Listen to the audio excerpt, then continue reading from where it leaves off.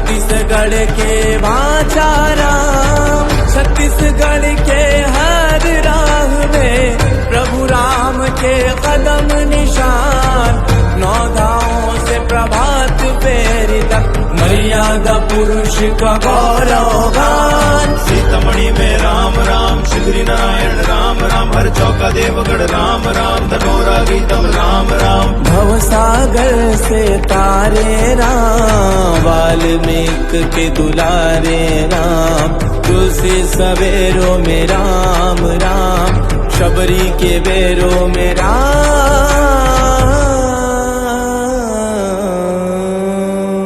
कथा में जीवन रस है, राम कथा गायन में जस है, राम स्वयं जीवन दर्शन है, राम नाम ही उत्सव है, राम स्वयं नयन उत्सव है, रामायण का महोत्सव है।